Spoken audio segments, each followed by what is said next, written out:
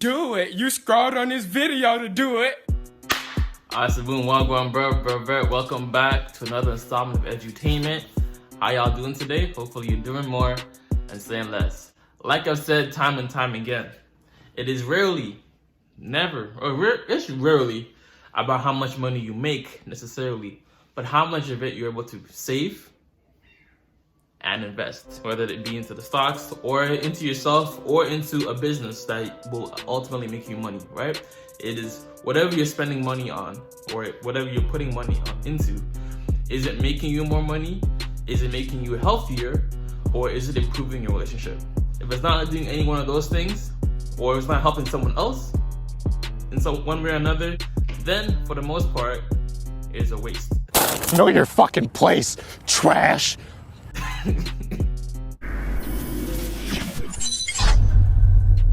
Well, you said that by 19 you made 7 figures. Yeah. No, I would say more closer to 20. Okay, by 20 years old, Yeah. you made 7 figures. Now, I just want to, because we cover a lot of financial stuff on VladTV. Getting a check for 7 figures doesn't mean you have 7 figures. No, sir. Because the government is going to put their hand around you and say thank you. Yeah. We'll take 40% of that. Yeah. I mean, Leave you with the 600 if you're lucky. yeah. And go ahead and make us some more. Yeah. Good job. Keep going. It's unfortunate, but that's how it works. Okay. So, That's why when you start becoming self-employed, you need to put about 35% of your income. Just put 35% is like a good general estimate. 35% of your income should be going. You should just keep it in your bank account for when you pay your taxes, right? When you're an employee or you have your regular T4 or W2, whatever it is, they take your taxes out, and sometimes they take more than they should. That's why you get the tax refund. But when you become self-employed or you're making money on the side, you need to yourself take out your own taxes. So first of all, tax yourself. 20% of the income you're getting, pay yourself first. Then 35% taxes, and then do whatever else you gotta do to pay the bills or whatever else, right? Right then and there, already 50% of your income is already gone before you even really like start spending. So if you're a proper business person or you're thinking like proper, 20% you should tax yourself to put into your savings account. 35% for taxes for when you have to pay your taxes at the end of the year or the next year, the year following, and then you start looking at spending. That's how you should operate yourself, so that you can create long-term generational wealth, and so that because when you're self-employed, it's always up and down. One month you're good, you're balling. The next month is kind of shaky, right? So that's why you gotta tax yourself and save first. Ideally, you want to also create a separate account, a bank account for your business as well, just so that you know how to. It can get pretty messy when you have your personal account mixed in with business expenses. It's harder to keep track of. Something to think about. at what point did you actually have $1 million in the bank? I don't think I ever had $1 million in the bank. Okay. Because I always spend, as you can see. You know what I'm saying? So I feel like saving money. I mean, I got money in the bank. Let me let that be known. Okay. But what I do is I spend it on stuff that I want, because I never know what tomorrow will bring. You know what I mean? But I'm smart with my stuff. So like I got like a BMW i8. I always wanted that car. Mm-hmm. Like the watch, the penthouse, and all that stuff. I made dumb purchases, of course. But you know, if I didn't spend money, if I never bought this, never bought the i8, never bought these shoes, whatever, for sure I have over $1 million in the bank. As someone that, you know, that's done all the stuff that you're talking about, you know, well, I don't do jewelry. Well, no, I mean, I do watches. Like, you know what I mean? Like, I have Rolex Presidentials, and I drive a Tesla, and my house is nice, and everything else like that. So I'm not going to just sit here and be like, don't spend your money, because I'm guilty of the same shit. You're going to get to a point where looking at your bank account is going to make you feel a whole lot better than looking at your watch or your sneakers. Oh, for sure. You know what I'm saying? You're going to get a bigger thrill out of having that money grow. Yeah. You know what I'm saying? Because all that other shit is really, I mean, none of it's are investments. I don't care about this, bro. Yeah. I don't give 2 fucks about this. 2 fucks. Like I said before, time and time again, when you spend money, what is it helping you do? Is this thing that you're getting making you more money? Is it helping you be healthier? Or is it helping your relationship? Or is it helping somebody else, right? If it's not doing any of that, then obviously have your spending money, but just understand, just be mindful of the fact that that thing, whatever you're getting, isn't bringing you any substantial value back. That's why the best way to buy a car, for example, is to buy it 3 or 4 years after its initial release date, because that's when a lot of its depreciation is gone. Right? So that's why when you buy a new car fresh off the block, just time and time again, there's no way you're selling that car for the $20,000 you initially bought it. But if you buy a car 3 or 4 years after its initial release date and you want to sell it, you might take a little bit of a loss, or you might sell it at the same price you initially bought it for. The only artist that I actually look up to is Drake. But it's like, when you come from YouTube, it's like, oh, I gotta get this AP because it's the new wave. I gotta get a chain with names. I don't give two fucks about this chain or this watch. You know what I'm saying? You're over that hump of, oh, he's a YouTuber. This shit going to the back. You know what I'm saying? I might sell it. You know what I'm saying? I really don't care about it. Losing a bunch of money on Bitcoin? Yeah. I mean, Right. it seemed a little, I mean, people were losing money in Bitcoin at the time, but it seemed like a little over-exaggerated when I watched the video. Like, Yeah. bro, you have to move back in with your mom. Like, I wasn't buying that part. It was definitely over-exaggerated for entertainment, but I did lose a lot of money, actually. Okay. Yeah. I've always been anti-Bitcoin. Yeah. Anti-cryptocurrency. I invest in stocks. Check it And out. I've always been anti-cryptocurrency. I've always said there was a bubble. And I was saying it all the way up. When it comes to stocks and investments and just in general, like crypto, stuff like that, first and foremost, understand that anytime you put your money into that, there's the potential that you will lose the money. So anytime you're putting money into it, understand that you could lose this money.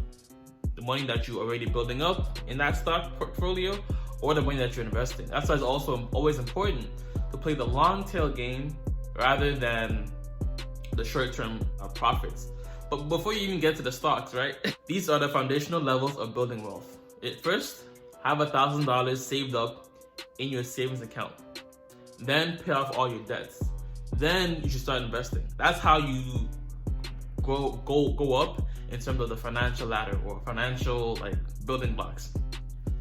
Honestly, I always say this one thing, right? When it comes to like credit card debt and even debt in general, you should not be using a credit card until you have at least $1,000 saved up in your savings account first. You want to build a habit of being able to pay yourself first, tax yourself, save the money, and then spend when necessary. But a lot of people have a credit card before they have any substantial amount of income or money in their savings account. So essentially you haven't built the habit of saving, and now you want to use a credit card, which has its benefits, but also time and time again you see that it has its drawbacks when you abuse it or you mismanage it. And more than likely you won't mismanage it if you already built the habit of saving. So if somebody says no cap, they mean no lie. They're not lying. They're telling the truth. And you should believe them, because people don't lie when they say that they're not lying. And that's no cap. And then once you have your emergency fund, and then you pay out debt, and then built up 3 to 6 months worth of expenses, then you should start investing. And investing is a long tail game. You're not going to be a millionaire with investments within a year. Usually it's like 3, 4, maybe even 5 years. That's why I find it funny when people try and jump this whole process and start investing. It's not, no. No. No. No. No. No. No. Oh, no.